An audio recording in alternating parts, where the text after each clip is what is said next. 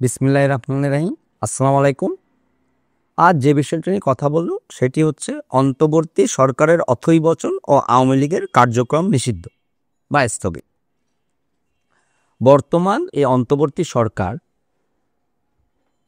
8ই August 2024 সাল থেকে বর্তমানে প্রায় 10 মাস অতিবাহিত করছেন।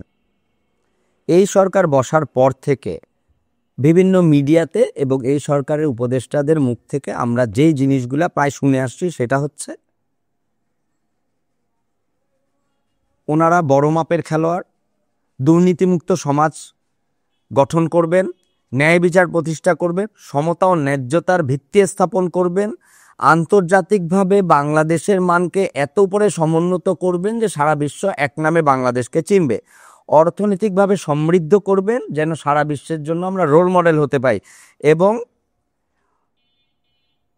রাজনীতিকে এমন এক জায়গায় নিয়ে যাবেন যেখান থেকে সুবিধাবাদীরা দূরে সরে যাবে। এছাড়া আরও অনেক কিছু আছে, যেহেতু এখন অনেক কথা চলে এসছে যে এই সরকারকে জনগণ চায়, তারা আরও দীর্ঘদিন থাকুক, সো অ্যান্ড সো, অনেক কথা। কিন্তু আমরা কি দেখতে পাচ্ছি? আমরা প্রথমত দেখতে পাচ্ছি খাদ্যে মুদ্রাস্ফীতি, বাংলাদেশের পাসপোর্টের অবনমন। যেই ইন্দোনেশিয়া, মালয়েশিয়া যেতে আমাদের অন অ্যারাইভেল ভিসা করলেই চলে যেত বা এম্বাসিতে জমা দিলে ভিসা দিয়ে দিত, সেখানে এখন ট্যুরিস্ট ভিসা। আমি ওয়ার্কিং ভিসা বা বিজনেস ভিসা নিয়ে বলছি না, ট্যুরিস্ট ভিসা। একটা দেশের মানদণ্ডকে ধরা হয় ট্যুরিস্ট ভিসাকে দিয়ে, অর্থাৎ আমরা সেখানে যাচ্ছি, বেড়ায় আবার চলে আসছি। সেখানে তারা অনেক কিছু কঠিন করেছে। ভিয়েতনাম ভিসা দেওয়া বন্ধ করে দিয়েছে, কম্বোডিয়া, লাওসও বর্তমানে প্রায় ভিসা দিচ্ছে না।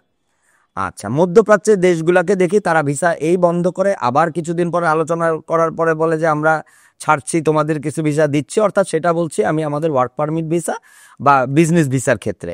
আর ট্যুরিস্ট ভিসার ক্ষেত্রে খুবই কঠিন করেছে তারা। পারলে তো রেশনিংয়ের ব্যবস্থা করে যে প্রতি মাসে আমাদের কতজনকে ছাড়বে। যেমন কিছুদিন আগে আমি দেখেছি ইউএই থেকে আমাদের ট্যুরিস্ট ভিসার জন্য কিছু ছাড় দেওয়া হয়েছে। আমাদের দেশের অনেক ব্যক্তি বলা শুরু করেছে এই না ডক্টর মোহাম্মদ ইউনূসের খেলা।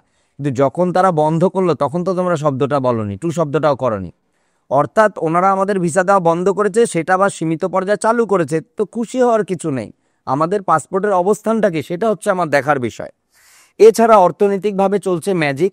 শুধু আমরা শুনছি আমরা অর্থনৈতিকভাবে প্রবৃদ্ধি কত অর্জন করলাম, এটা বিষয় না। বিষয় হচ্ছে আমাদেরকে চিনলো, অর্থাৎ সারা বিশ্ব আমাদেরকে চিনলো, জানলো। এছাড়া আমাদের বিভিন্ন উপদেষ্টারা, যেমন স্বরাষ্ট্র উপদেষ্টা এবং আরেকজন মানে পরিবেশ স্বাস্থ্য উপদেষ্টা মনে হয়, ওনারা প্রায় বলছেন যে এই সরকারকে জনগণ চায়, আরো 5 বছর আমরা যেন। ইভেন প্রধান উপদেষ্টাও বলেছেন জনগণ আমাদেরকে চায়। ওনারা কিসের ভিত্তিতে থেকে বলেছেন ওনারা নিজেরাই ভালো করে জানবেন। এছাড়া আমরা যেটা দেখছি যে বর্তমান সরকারের প্রতিটা ক্ষেত্রেই ছাত্রদেরকে সামনে এনে যে কোনো একটা কিছু করার চেষ্টা করছে। অর্থাৎ যেখানে প্রশাসন চলছে এখন ছাত্রদের আঙ্গুল হেলানোর নির্দেশ, এটা কিন্তু সবাই জানে। সেখানে আমরা দেখছি কি, এই যে আওয়ামী লীগ নিষিদ্ধকরণ যেই জিনিসটা এখন চলে আসলো, কখন সেটাকে পাশ করা হলো? যখন সরকার ম্যাজিক দেখাতে দেখাতে, আমার মনে হয় ওনারা নতুন ম্যাজিক আরও তৈরি করছেন, যার কারণে একটু সময় প্রয়োজন। এবং ওনারা বুঝে গেছেন যে আওয়ামী লীগের আবার পুনর্বাসন সম্ভব নয়। আমি আমার এর আগের একটা এপিসোডে বলেছিলাম অ্যাডভোকেট আব্দুল হামিদ, পর হচ্ছে সাবের হোসেন চৌধুরী, তাপস, স্পিকার শিরিন শারমিন সুলতানা এবং আইবি রহমান, এই 5 জনকে তারা সামনে রেখে আওয়ামী লীগের পুনর্বাসনের ব্যবস্থা করেছিলেন। ঠিক যখন আমরা দেখলাম আওয়ামী লীগের আব্দুল হামিদ তার শ্যালক এবং ছোট ছেলেকে নিয়ে বাংলাদেশ থেকে চলে গেছে, ওপেন এয়ারপোর্ট দিয়ে তো সে বোরখা পরে যায়নি, সে চলে গেছে। এবং যেখানে কথা উঠছে যে জামাতের একজন খুব সিনিয়র নেতা এবং উপদেষ্টা পরিষদের গুরুত্বপূর্ণ ব্যক্তির টেলিফোন এবং ইভেন, যাই হোক, এটা এখন যেহেতু তদন্তের বিষয় আমরা জানি না, যেগুলো পত্রিকা মিডিয়া আসছে যে ওনাদের বলার পরে কিন্তু তিনি বাংলাদেশ ছেড়ে চলে গেছেন। অর্থাৎ এই উপদেষ্টা পরিষদের একটি গ্রিন সিগন্যাল ছিল তিনি বাংলাদেশ ছেড়ে চলে যাবেন। এবং এই যে ঘটনাগুলা, প্রবাহগুলা যখন বুঝে গেলেন যে আর আওয়ামী লীগের পুনর্বাসন সম্ভব নয়, কারণ ওনারা বিএনপির ঘাড়ে দোষ দিতে চায় যে বিএনপি চায়নি। এখানে তো বিএনপির চাওয়া না চাওয়া নিয়ে কিছু ছিল না।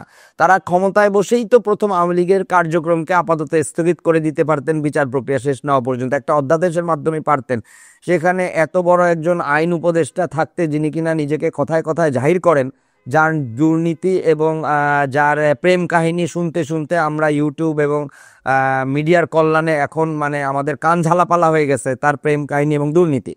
যাক, সেখানে উনি নিজেই তো পারতেন একটা অধ্যাদেশ দিয়ে এটাকে মানে আওয়ামী লীগের কার্যক্রমে, সেখানে 10 মাস কেন অপেক্ষা করতে হলো? ঠিক 10 মাস যখন আমরা কিন্তু জানি যে দুর্নীতির আঙ্গুল চলে যাচ্ছে বর্তমান উপদেষ্টাদের দিকে এবং ছাত্রদের দিকে, তখন সেটাকে ধামাচাপা করার জন্য শাহবাগের মোড়ে কিছু ছাত্র জনতাকে নামিয়ে দিয়ে ওনারা আওয়ামী লীগের কার্যক্রমকে নিষিদ্ধ করলেন। ধন্যবাদ।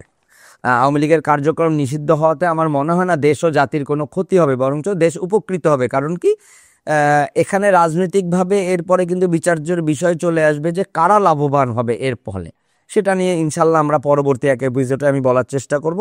এখন যেই জিনিসটা নিয়ে আমি আসছি সেটা হচ্ছে, যেখানে আমরা জানি আমাদের শিক্ষা ব্যবস্থার প্রচণ্ড নিম্নমুখিতা, অর্থাৎ বিগত 2024 সালেও যেখানে প্রথম 1000 বা 2000, প্রথম 1000-এর মধ্যে 17টি এবং পরবর্তী 2000-এর মধ্যে সব মিলে 33টি বিশ্ববিদ্যালয় ছিল, প্রাইভেট এবং পাবলিক ইউনিভার্সিটি মিলে। বর্তমানে 1000 ইউনিভার্সিটির মধ্যে 800-র পরে, অর্থাৎ 1000-এর মধ্যে আমাদের মাত্র 3টি বিশ্ববিদ্যালয় স্থান পেয়েছে। অর্থাৎ সেই ছাত্র জনতাকে নিয়ে আমরা কিন্তু গর্ববোধ করছি। অর্থাৎ আমাদের লেখাপড়ার মানের দরকার নেই, আমাদের তারা আঙ্গুল নির্দেশনা করবেন, রাষ্ট্র পরিচালিত হবে, সেই ধরনের একটা ফানুসের মধ্যেই কিন্তু আমরা এখন দিন যাপন করছি, অর্থাৎ রাষ্ট্র দিন যাপন করছে। সেই জায়গা থেকে আমরা যেটা আমি দৃঢ় কণ্ঠে বলতে চাই যে এই যে আওয়ামী লীগ নিষিদ্ধকরণ কার্যক্রমটা এখন করে ওনারা কি ঢাকতে চাচ্ছে? ওনারা কি এই ছাত্র নেতাদের দুর্নীতি এবং রাষ্ট্র যে পরিচালনায় তারা 10 মাসে মোটামুটি ব্যর্থতার জায়গায় আছে, সেই জায়গাটাকে ঢাকতে চাচ্ছেন? তাহলে আমার অনুরোধ থাকবে জনগণকে আর ম্যাজিক বা আর কোনো ধরনের আশার বাণী না শোনায় তারা সুন্দরভাবে, দরকার হলে প্রয়োজনে আরও একটু সময় নিক, আরও 1 বছর সময় নিক বা 1.5 বছর সময় নিক, কিন্তু সুন্দরভাবে সারা বাংলাদেশের জনগণের নির্বাচনের দিকে যাওয়াটাই মনে হয় তাদের জন্য হচ্ছে কাম্য। যেটা আমরা শ্রীলঙ্কায় দেখতে পাই, যেটা সাউথ আফ্রিকায় সাউথ কোরিয়ায় দেখতে পাই, ওখানেও কিন্তু সরকার বিতাড়িত হয়েছিল গত বছর 24 সালে। তারপর সুদানে দেখতে পাই, সেখানে কিন্তু তারা দ্রুত 3 থেকে 6 মাসের মধ্যে নির্বাচনে চলে গেছে, শুধু একমাত্র সিরিয়া ছাড়া। যেহেতু সিরিয়া যুদ্ধ বিধ্বস্ত এমন একটা অবস্থায় ছিল, সেখানে নির্বাচনে যাওয়াটা বর্তমান সিরিয়ান সারা সরকারের পক্ষে আসলেই কষ্টসাধ্য। কিন্তু আমরা অন্য সবাই, ইভেন তালেবানরাও কিন্তু নির্বাচনে চলে গেছে, যে আফগানিস্তান সরকারকে কেউ স্বীকৃতি দেয় না, তারাও কিন্তু নির্বাচনের মাধ্যমে প্রতিনিধি বসায় রাষ্ট্র পরিচালনা করছে। শুধু একমাত্র বাংলাদেশে আমরা ম্যাজিক এবং গল্প শুনতে পাচ্ছি, বিভিন্ন আশার গল্পগুলা ওনারা শোনাচ্ছে। অতএব আমার কাছে আমি এই বলে শেষ করতে চাই যে অন্তর্বর্তী সরকারের অথৈবচন এবং আওয়ামী লীগ নিষিদ্ধকরণ কার্যক্রমের মাধ্যমে আমরা হাততালি বা বাহাবা না দিয়ে আমরা সুন্দর একটি পরিবেশ সৃষ্টি করে বর্তমান এই সরকার আমাদেরকে সুন্দর একটি নির্বাচনের পথে নিয়ে যাবেন এবং একটি নির্বাচন উপহার দিবেন। ধন্যবাদ।